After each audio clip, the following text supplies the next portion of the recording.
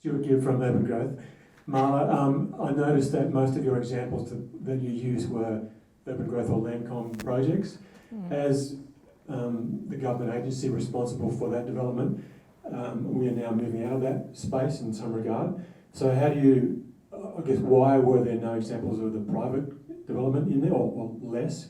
And how do you see their response to this issue of cultural development and public art into the future? And are you positive in that respect?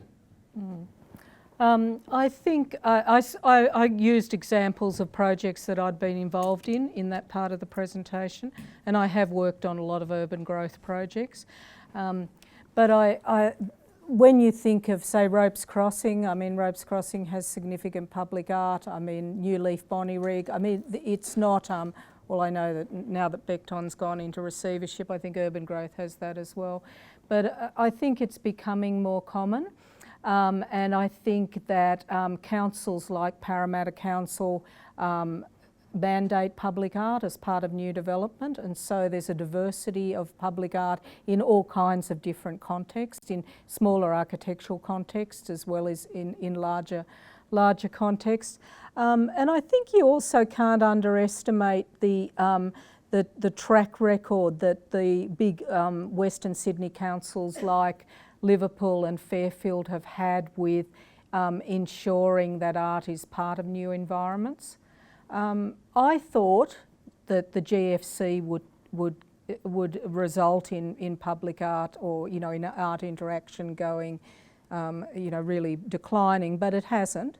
I think that the changes to the Australia Council are quite dangerous in terms of art that is dependent on government funding. But where art's part of a development process, there is a level where it's market driven. So I think that it will remain as part of that. I mean, the challenge is to make sure that it is, that it has meaning, that it has depth and meaning and connection in that hothouse environment. Does that answer that? It does. I guess I'm also asking the question with my social sustainability hat on, because that's, I guess, a fear I have that perhaps we're driving that from a government perspective. And while there are some good case studies of social development happening and community development happening in private master plan estates, it's probably less than we're doing. And I just want to be, I guess, assured that the combination of cultural development and community development will continue as we withdraw from that space. I think Landcom has had a real commitment to public art, and I mean, I don't know whether that will be the case, but I'm optimistic that it will be part of it. I think that the other thing that we notice is that when you talk to residents now about what they want to see in new areas or in rejuvenated areas, art projects and cultural interactions are high on their agenda. I mean, they come up in every consultation as part of what they see a good community as providing. So I think that that's really positive. I mean, people get, I can remember after Barcelona Olympics, for example, all of a sudden people started to put their hand up. I can remember when we were doing some work in Glenmore Park, and all of a sudden these people who had who were living in a suburban environment started to talk about public art as part of city spaces, and it was an interesting shift. Hello, I've got a question about public spaces more broadly. Could include sporting fields, but clearly art sort of precincts as well.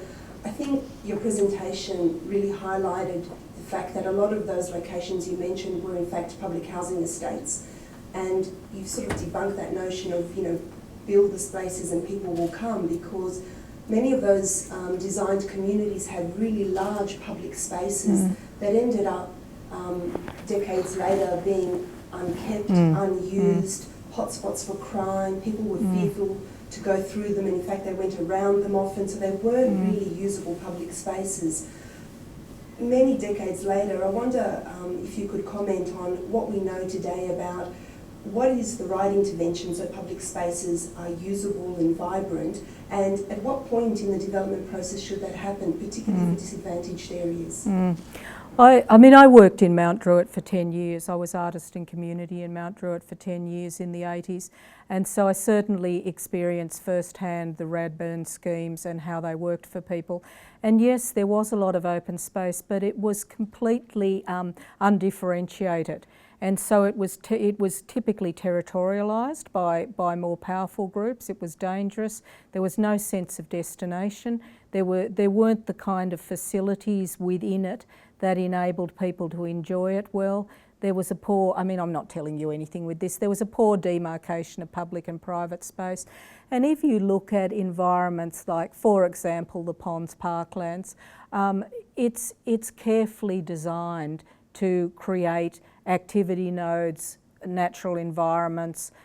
There's a quality, I think, of landscape design that we're seeing now where I think it's probably fair to say, Linda, that the landscape design industry has got much better at designing for suburban communities. And the other thing is that it takes money. You need to put money into it. I mean, the idea that you could get away with public housing areas just having tracts of space that wasn't landscaped.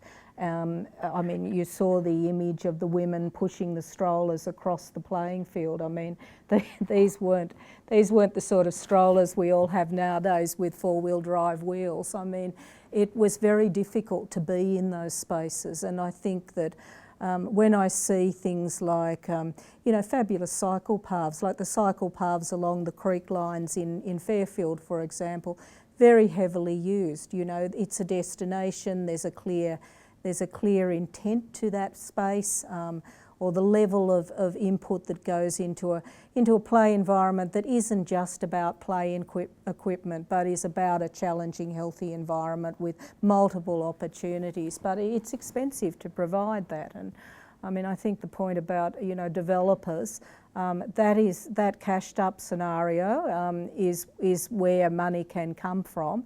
To provide those sorts of spaces that work for communities surrounding the new community as well as the new community. But in the 70s, there was just a paucity of resources to create a good, you know, to create good environments, good public domain. You know, so yeah. I'm Martin Locke. I wonder if you might like to comment on the connection between transport infrastructure and the involvement of the community and art. And what I see happening in Sydney at the moment is, a time when we're building new railway stations, we're building light rail, and what role is the community and civic art playing in that? I've just completed the public art for the Inner West Light Rail. And also last year wrote the creativity guidelines for Transport for New South Wales. I think, Martin, it's a similar scenario in that if people are going to use public transport, I think somebody expressed this very well in my group. I can't remember who it was in my reference group, and they said that the whole travel journey needs to be great. Not just the journey on the train. From the time you leave home, walking to the train, you know, getting on the light rail or whatever, that whole environment needs to be fantastic. And what we did with the Inner West Light Rail, and it was a small budget, is we tried to create neighbourhood projects that just made that journey delightful. And I think we did quite a lot of work with street artists. I mean, that work at the end of the slide there, the wall artwork, that's on Lambert Park Wall on the walk down to Marion Station at Leichhardt. We had Oka Lawson do little bandicoots on the walk to Arlington Station through a bush regeneration area where bizarrely the long-nosed bandicoot has made a return. And you know, there were a number of, we had artists and schools work on the pick perf for the shelter screens. I mean, there were a lot of opportunities, but I think you know, there are certainly, you know, larger examples around the world. I mean, the New York metro system has a sustained and exciting art program that includes performance art, music, as well as visual art. And, it, you know, it makes the travel experience feel great, and it says, in effect, you know, public transport is a good, you know, using public transport should be a good cultural experience. It should be a great part of your everyday life. Is there a link, Marla, between transport systems that have taken the cultural quality of the trip more seriously and the sort of and the longevity of the transport system? Is it protective if the people have a greater attachment to place and a greater response to the surrounding context of the system itself? Is that actually beneficial for the system as well? And the look, I don't. I mean, yes, I think it does seem to be good in terms of mitigating vandalism, but I think it's not so much that focus, Kate. Is the focus is, you know, that good transport systems like light rail should be part of a good neighbourhood. You know, they just should be. And it's not as though public art's up here elevated. It's just part of that good neighbourhood design experience, you know. So putting the money into designing the journey, designing the area around the light rail stop, ensuring that the stop's well designed, that it represents good industrial design, pleasant, you know, easily maintained. It's part of that experience being sustainable. One more question and then we'll go to lunch. Difference.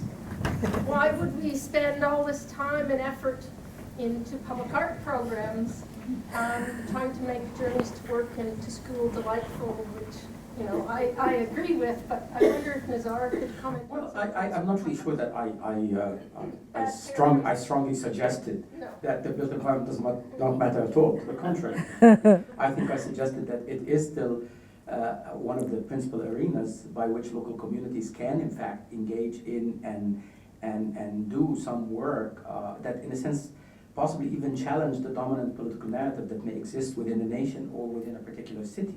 I have to say, one of the comments that you made at the end, which fascinated me quite a bit, and I'm speaking here not necessarily in the context of Australia, but rather globally, is, and I'm exactly quoting here, the suburb or the studio in which, and this is something that, again, I think Linda talked about more, the suburbs are the studio in which the cultural narrative emerges. Now, what I find, and I love this statement, that may actually apply beautifully to Australia, I can assure you it does not apply whatsoever to many parts of the world that I'm much more familiar with. In fact, the suburbs have emerged as these hideous gated communities which cater to very specific groups of people in total isolation of urban living. They are the sort of the new kinds of communities, whether it's outside of Cairo or outside of Istanbul or outside of Jakarta or what have you, that are devoid of any form of public art. They are devoid of any kind of sort of graffiti expression. And in a sense, I do not know if this then tells us something about how the world is so different that one particular physical environment, going back to Nancy's question, offers the tremendous possibility of engagement, while an identical physical environment, but in a different place, does the exact opposite, kills it altogether. I think this is a much bigger question that is not necessarily an answer to your question, but rather it raises, I think, issues about the relevance of or the capacity to translate experience from one particular setting to another altogether.